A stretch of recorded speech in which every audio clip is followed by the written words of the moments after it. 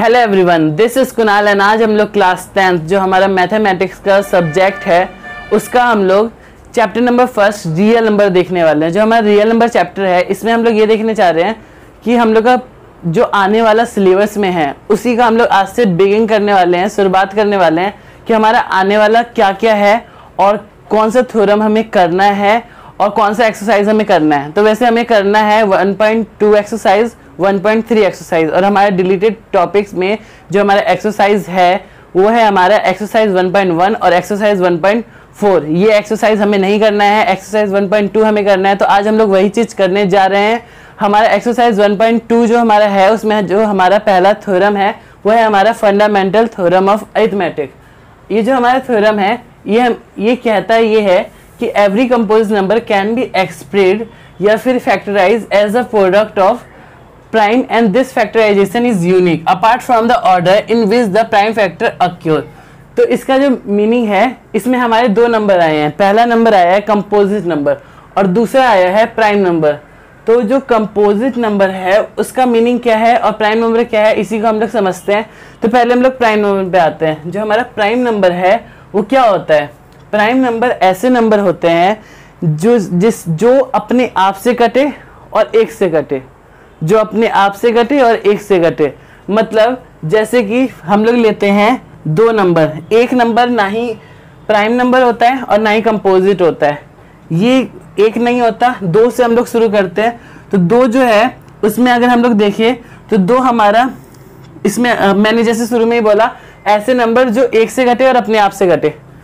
एक से ये कटेगा और अपने आप से भी कटेगा। अपने आप मतलब दो ये अपना आप खुद है जो एक से कटे और अपने खुद से कटे। तीन जो है तीन वो हमारा एक और ये तीन से कटेगा। इसके अलावा अगर हम लोग बोले चार तो हमारा एक दो और ये चार से कटेगा। तो ये हमारा प्राइम नंबर है नहीं है, ये हमारा एक कंपोजिट नंबर है जो हम लोग अगली बार में सीखेंगे। तो ये हमारा प्राइम नंबर नहीं है। तो हम लोग पता क्या करेंगे, पाँच देखेंगे। पाँच हमारा एक से कटेगा, पाँच से कटेगा, इसके अलावा ये किसी और से नहीं कटेगा। तो यही हमारे प्राइम नंबर के कुछ एग्जाम्पल है। और इसके अलावा हम लोग कुछ और भी जैसे नंबर ले लेते हैं। 11 लेते हैं तो एक से कटेगा, 11 से कटेगा। अगर हम लोग 23 लेते हैं ये एक से कटेगा, 23 से कटेगा।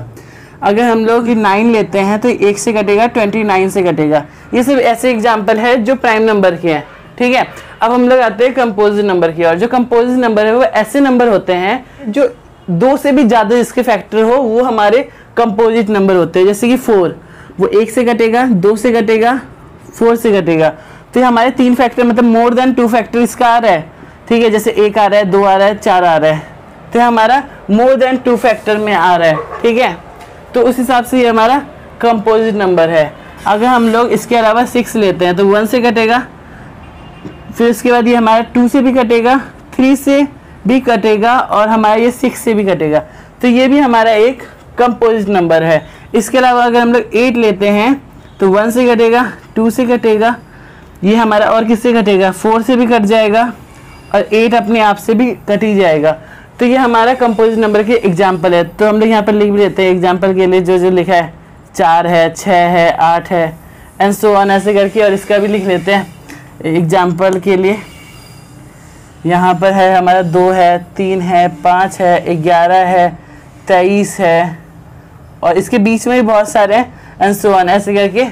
हमारा जो इस साइड लिखा हुआ है ये हमारे प्राइम नंबर है और जो इस साइड लिखा हुआ है ये हमारे कंपोजिट नंबर है। अब हम लोग आते हैं फंडामेंटल थ्योरम ऑफ अरिथमेटिक की ओर। जो हमारा फंडामेंटल थ्योरम ऑफ अरिथमेटिक है ये क्या कहता है? ये कहता है हमारा कंपोजिट नंबर होगा उसको हम लोग एक प्राइम फैक्टराइजेशन के रूप में पहले लिख सकते हैं। कैसे? हम लोग यहाँ पर एक एग्जाम्पल लेते हैं। जैसे कि मैंने एक एग्जाम्पल लिया 10। ये जो 10 लिया है ये हमारा अगर हम लोग इसका फैक्टर निकालेंगे तो 10 का फैक्टर क्या क्या होगा, 2 से ये कटेगा 5 बार में, फिर हमारा ये 5 बार में और 1। तो ये जो हमारा है ये हमारा एक कंपोजिट नंबर है। ये हमारा एक कंपोजिट नंबर है और ये जो हमारा इस साइड है ये हमारा एक प्राइम नंबर है। अब ये हमारा प्राइम नंबर है, अब मतलब ये भी हमारा प्राइम ही है। तो ये जो है इससे अगर ये टूटा तो ये 2 बना, एक 2 बना, एक 5 बना। तो इस साइड के हमारे प्राइम है और इस साइड के हमारे कंपोजिट है।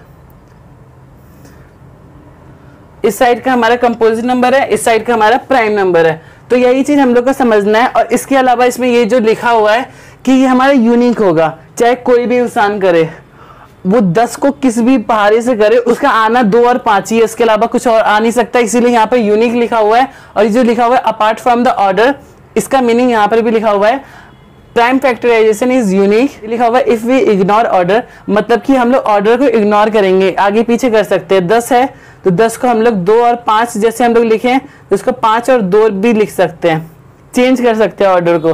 तो यही था हमारा फंडामेंटल थ्योरम ऑफ अरिथमेटिक, यही कहता है। इसके अलावा हम लोग ये भी कह सकते हैं कि जो हमारा कंपोजिट नंबर होता है उसका जो मल्टीपल होता है ना, वही हमारा प्राइम फैक्टराइजेशन होता है।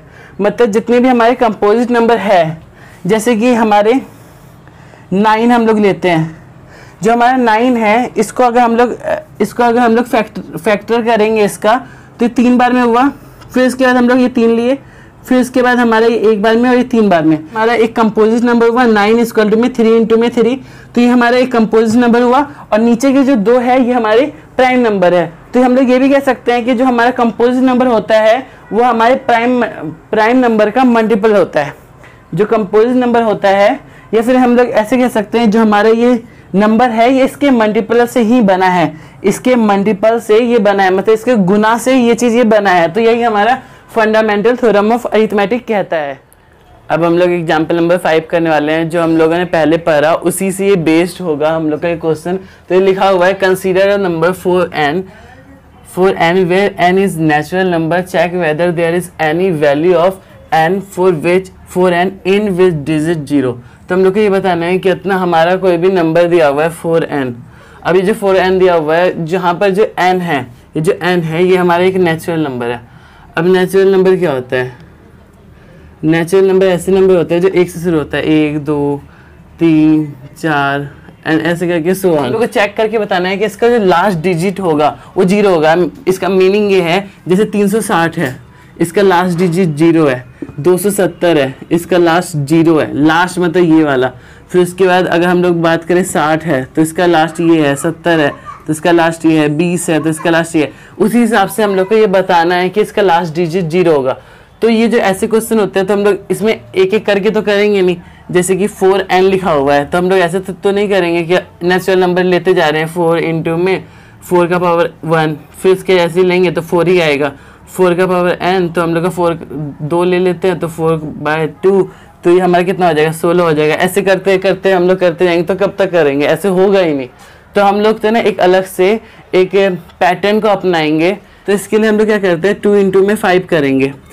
अब 2 इंटू में 5 जिस भी नंबर में हम लोग करते हैं, 2 और 5 का पेयर जिसमें बन जाता है, उसमें हम लोग उसमें ऐसा होता है कि वो उसमें 0 आता ही है। मतलब लास्ट डिजिट अगर 2 और 5 का एक पेयर बन रहा है, अगर एक पेयर बन रहा है तो लास्ट में जो हमारा मान लेते हैं हमारा 4n दिया हुआ है, 4n दिया हुआ है, तो ये कुछ भी आएगा। लास्ट में एक जीरो के लिए 2 इंटू में 5 का 1 पेयर बनेगा। अगर वही चीज़ हम लोग का 4n लिखा हुआ है और अगर यही चीज़ हम लोग का 0 तो 0 और 0 लिखा हुआ है तो वो दो डिजिट में बनेगा। जैसे कि 2 इंटू में 5 इंटू में 2 इंटू में 5, तो यहाँ पर 2 डिजिट होगा, एक ये वाला एक ये वाला। तो यहाँ पर हम लोग लिख सकते हैं 2 पेयर। और इसके लिए आप समझ भी गए होंगे कि अपना इसके आगे हम लोग को 3 पेयर के लिए 2 इंटू में 5 इंटू में 2 इंटू में 5 इंटू में 2 इंटू 5 करना पड़ेगा। फिर इसके 4 के लिए उसी तरीके से हम लोग 4 बार लिख देंगे पेयर बना के। अब हम लोग ये जो हम लोग का जितना भी ये था पेयर वाला, अब हम लोग अपने क्वेश्चन में इसको इम्प्लाई करके देखते हैं कि किस तरीके से हमारा ये होगा। तो इसमें लिखा हुआ है कि कोई भी हमारा वैल्यू होगा तो इसमें 4n जो हमारा यहाँ पर लिखा हुआ है, हम लोग क्वेश्चन कर रहे हैं यहाँ पर, तो हमारा जो 4n लिखा हुआ होगा उसका जो इन डिजिट होगा वो 0 हमारा आना चाहिए। मतलब लास्ट में हमारा 0 आना चाहिए, ये वाला रूल लागू होना चाहिए। 4n जो है उसका लास्ट डिजिट हम लोग का एक ही 0 आना चाहिए, 2 नहीं आना चाहिए। 2 आएगा तो 2 पेयर बनेगा, 3 आएगा तो 3 पेयर बनेगा। 2 इंटू 5 का पेयर बनना जरूरी है, ठीक है। एक प्रकार से इसको हम लोग केस के जैसा ही मान सकते हैं कि केस ये है, केस नंबर ये पहला है, ये दूसरा है। मतलब एक प्रकार से हम लोग ऐसे मान सकते हैं, और भी बहुत सारे केस बन जाएंगे। तो अभी हम लोग का ये पहला वाला केस का जरूरत है। तो इस हिसाब से हमारा 4n लिखा हुआ है, तो इसमें हम लोग क्या करेंगे, इसको पहले फैक्टर कर लेंगे। तो 4 का फैक्टर क्या होगा, 2 होगा 1 और ये 2। तो ये हम लोग का कितना हो जाएगा, 2 इंटू में 2। ठीक है। फिर उसके बाद इसको हम लोग ऐसे लिख के सेम इसी तरीके से n ऊपर है तो n भी लिख देंगे।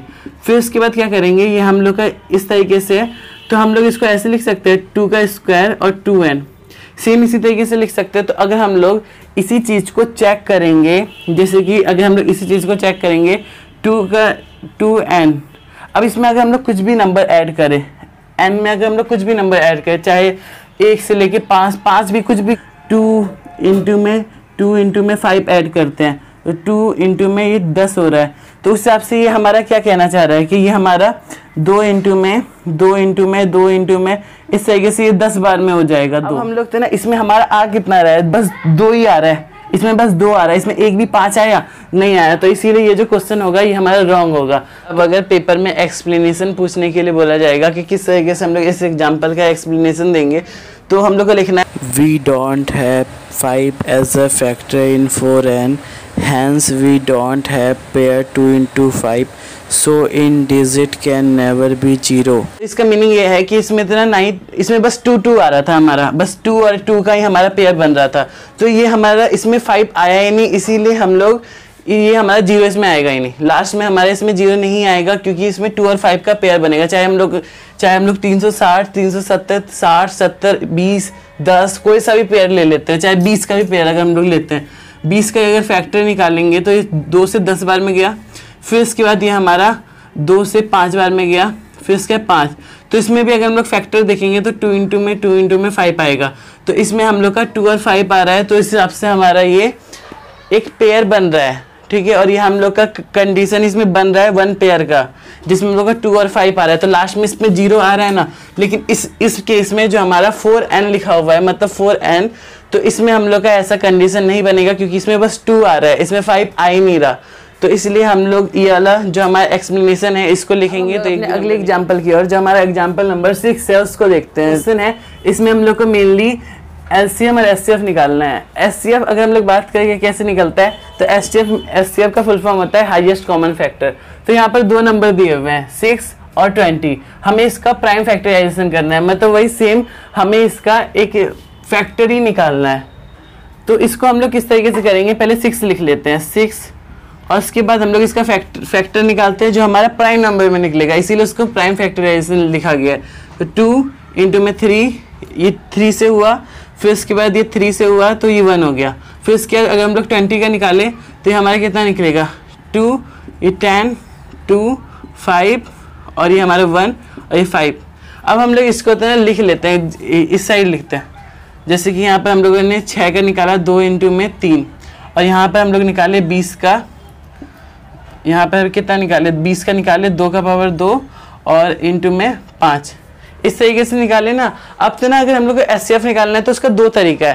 पहले हम लोग एक सिंपल तरीके से जानते हैं कि किस तरीके से निकलेगा, ये सेम जैसे है उसी तरीके से हम लोग इसको उतार देते हैं 3, और ये हमारा 2 इंटू में 5। अब हम लोग क्या करेंगे, इसको सबसे पहले सिंपल तरीका ये है कि दोनों में जो कॉमन है वो ही हमारा एचसीएफ है। ये एक सिंपल तरीका है कि एचसीएफ क्या है, जो दोनों में कॉमन है वो हमारा एचसीएफ है। एलसीएम क्या है, जो इसमें कॉमन है उसको तो लेना है, साथ में जो बच गया उसको भी ले लेना है, मतलब इसमें जो हमारा बचा है वो है हमारा 3 और एक 2 और एक 5। अब इन सबको हम लोग कर लेंगे तो 6 इंटू में 10, तो ये हो जाएगा हमारा 60।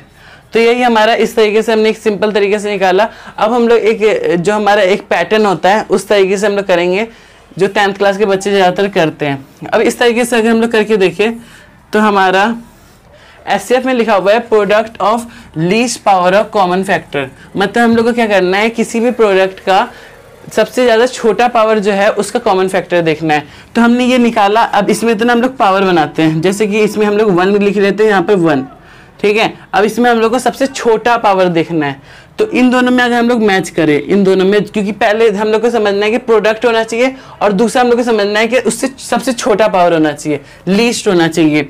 तो उस हिसाब से हमारा छोटा पावर क्या है, यहाँ पर अगर हम लोग बात करें तो एचसीएफ में हमारा छोटा पावर है 2 का पावर 1, मतलब कि 2 ही है, तो 2 हमारा निकल गया एचसीएफ।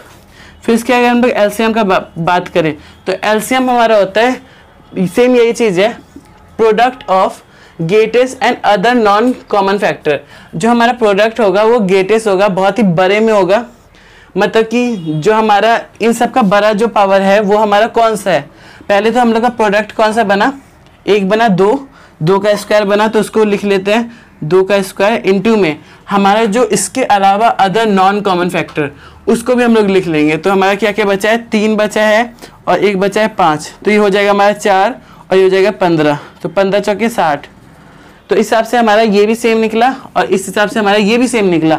तो हम लोग इससे पता चल जाता है हम लोग को कि यही एग्जाम्पल नंबर 6 का सोल्यूशन है और इसी तरीके से हम लोग इसको करेंगे। अब हम लोग एग्जाम्पल नंबर 7 को करेंगे। इसको करने से पहले हम लोग समझते हैं, जैसे कि हम लोग का लिखा 2 पॉजिटिव इंटीजर। अब ये जो हम लोग का इंटीजर है इसको हम लोग नेचुरल नंबर भी कह सकते हैं। अब कैसे कह सकते हैं, पॉजिटिव और नेगेटिव में अगर हम लोग इस साइड का बात करें तो ये हमारा 0 होता है, इस साइड हमारा नेगेटिव में होता है, इस साइड पॉजिटिव में होता है। तो एक प्रकार से जितने होते हैं ये हम लोग के नेचुरल नंबर ही होते हैं। अब हम लोग का ये मैंने क्यों लिखा, इसके लिए इसलिए लिखा क्योंकि हमें एक प्रोडक्ट बनाना है। अब किस तरीके से बनाना है, 2 प्रोडक्ट होंगे हमारे, 2 पॉजिटिव इंटीजर होंगे, ठीक है। यहाँ पर लिख भी देते हैं 2 पॉजिटिव इंटीजर होगा। मान लेते हैं एक मैंने लिया A और एक लिया B, ये 2 पॉजिटिव इंटीजर होंगे। और इसके बाद हम लोग का क्या होगा, इसको हम लोग को डिफाइन करना है तरीके से होगा। A और B जो हमारी लिखा हुआ है तो ये हम लोग का होगा SCF इंटू AB और हम लोग का LCM इंटू AB। ये हम लोग का एक प्रकार से क्रिएट हो गया है एक प्रोडक्ट में। एक प्रकार से इसको हम लोग कह सकते हैं कि एक प्रकार का पैटर्न है जिसको हम लोग इस क्वेश्चन को बनाते समय करेंगे। तो इसको करते हैं। इसमें लिखा हुआ है फाइंड द SCF ऑफ 96 और 404 by the prime factorisation method, hence find their LCM। तो हम लोग को पहले SCF निकालना है इस क्वेश्चन में और फिर LCM निकालना है। तो इसको निकालने के लिए पहले हम लोग क्या करते हैं, इसको निकालने के लिए पहले 96 का पहले हम लोग फैक्टर निकाल लेते हैं और उसके बाद हम लोग इसका SCF निकालेंगे, फिर LCM निकालेंगे। तो ये 404 है और इसमें हम लोग का 96 है। तो पहले इसको देखते हैं कितने कितने से कटेगा। तो ये 2 से कट जाएगा कितने बार में, 2 चौके 8 और 2 8 16, 2 दूनी 4, 2 चौके 8, 2 12, 2 6, 2 13, 1 13। तो इस हिसाब से हमारा 96 का ये एक प्रकार का फैक्टर निकल गया, प्राइम फैक्टराइजेशन जिसे हम लोग कहेंगे। और उसके बाद हम लोग का ये 2 से इसको भी काटते हैं, 2 बार में ये हमारा कट जाएगा 2 0 2, फिर इसके 2 बार में कटेगा 1 0 1 में, फिर इसका 101 किससे कटेगा, ये 101 और किसी से नहीं कटने वाला, तो 1 से ही कटेगा 1 0 1 से। अब इसको हम लोग एक जगह लिख लेते हैं। 96 जो है उसको हम लोग का हो रहा है 2 इंटू में 2 इंटू में 2 इंटू में 2 इंटू में 2 और इंटू में 3। इसके बाद हम लोग 404 का भी लिख लेते हैं। तो ये हो जाएगा हमारा 2 इंटू में 2 इंटू में 1 0 1। ये हम लोग का ये हमने एक प्रकार से लिख लिया, यहाँ पर हमारा प्रोडक्ट लिखा है इसका बस। और उसके बाद हम लोग क्या करेंगे, इसको पहले इसका हम लोग SCF निकाल लेंगे। तो अगर हम लोग SCF निकालेंगे तो हम लोग का SCF इसमें पहले देखेंगे क्या क्या चीज़ सेम मिल रहा है प्रोडक्ट में। तो हम लोग का ये सेम है, ये भी सेम है, तो उस हिसाब से हमारा इसका SCF क्या होगा, 2 एक प्रोडक्ट बना और 2 बना, तो ये हमारा कितना हो जाएगा 4 बन गया। अब हम लोग इसी चीज़ को हमारा SCF निकल गया, A और B का ही निकला है ना, ये हमारा मान लेते हैं ये हमारा A है ये B है, तो ये हमारा SCF निकला A और B का।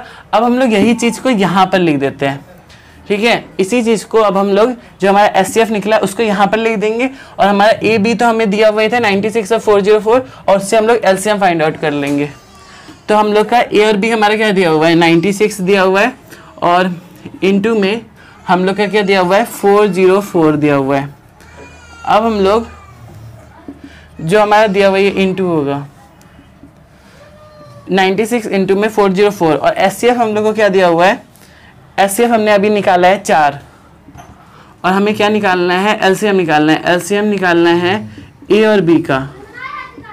तो अब हम लोग क्या करेंगे, इस 4 को इस साइड अगर भेज दिया तो 96 इंटू में 404 अपन में 4, तो हमारा LCM जो निकलेगा A और B का वो निकलेगा, वो हमारा किस तरीके से निकलेगा। इसको अगर हम लोग चाहे तो पहले काट भी सकते हैं, 2 के पाए से 2 बार में कटा और ये हमारे कितने बार में कटेगा, ये कटेगा 2 चौके 8 और 2 8 16, ये इससे कट गया फिर इसको आगे हम लोग चाहे तो और काट सकते हैं, 2 दूनी 4 और 2 चौके 8। तो उसके बाद हम लोग का ये 24 इंटू में 404, इसको अगर हम लोग इंटू करें तो हमारा एलसीएम देखते हैं कितना निकलेगा।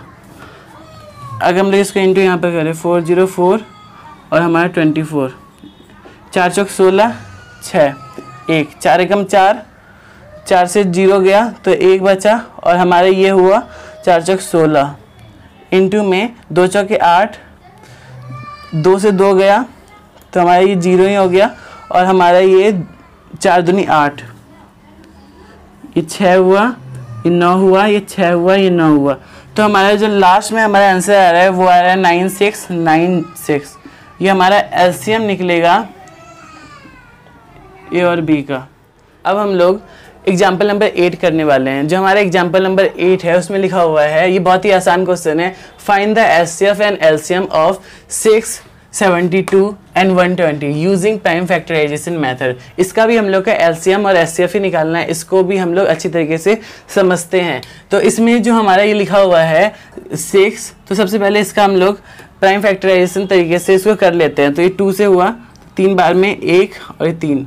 फिर उसके बाद अगर हम लोग 72 को लेंगे तो ये हमारा 2, ये हमारा हो जाएगा कितने बार में, ये होगा 2 का 2, 2 4, 2 6, 2 3 6 और 2 6 12 और ये 2 से हो जाएगा कितने बार में, 2 एकम 2 और 2 8 16 और 2 निम 18, ये 3 3 9, 1 3। तो इस हिसाब से हमारा 72 का भी पेयर निकल गया। अब हम लोग 120 का निकाल लेते हैं। 120 का अगर हम लोग निकालेंगे तो 2, 62, 32, 15, 3, 5, 1, 5, ये हमारा निकल गया 120 का। अब हम लोग इसको एक तरीके से अरेंज करके पहले लिख लेते हैं। 6 जो है वो हमारा 2 इंटू में 3 से हुआ। 72 जो है हमारा वो है हो गया 2, 2, 2, 2, 2 और 3, 3। तो 2 का पावर हम लोग लिख सकते हैं, 2 का पावर यहाँ पर 3 और 3 का पावर 2। और 120 का जो हम लोग लिखेंगे वो लिखेंगे 2 का पावर 3 और 2 का पावर 3 और 3 इंटू में 5। ये हम लोग लिख लिए। अब हम लोग इसका एचसीएफ निकालते हैं सबसे पहले। तो एचसीएफ हम लोग को ये, इसका अगर हम लोग एक प्रकार से पैटर्न देखेंगे तो ये हम लोग का है product of least power of common factor. ये जो हम लोग का एचसीएफ होता है ये हम लोग का प्रोडक्ट होता है सबसे छोटे पावर का।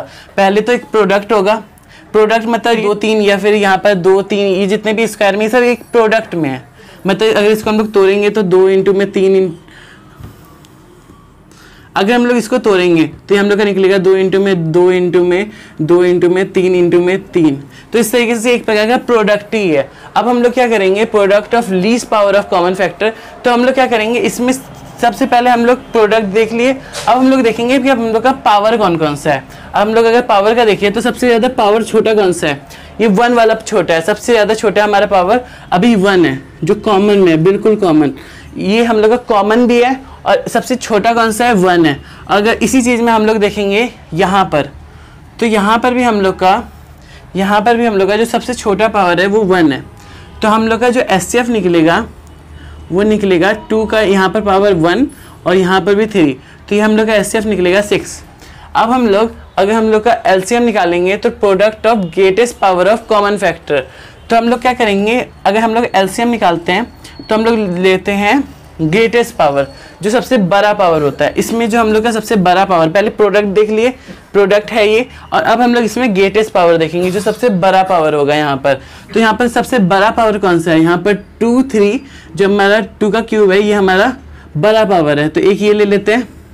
और इसके अलावा हम लोग के यहाँ पर एक बड़ा पावर कौन सा है, यहाँ पर एक हमारा है 3 का स्क्वायर। और इसके अलावा लिखा हुआ है कि हम लोग का ग्रेटेस्ट पावर होगा कॉमन फैक्टर का और अदर नॉन कॉमन फैक्टर, मतलब एक ऐसा कॉमन फैक्टर होगा जो हमारा है ही नहीं, मतलब जो हमारा कॉमन फैक्टर ही नहीं है, ठीक है, जिसमें कोई कॉमन ही नहीं आ रहा। वो कौन सा है, वो हमारा 5 है, बस एक ही है।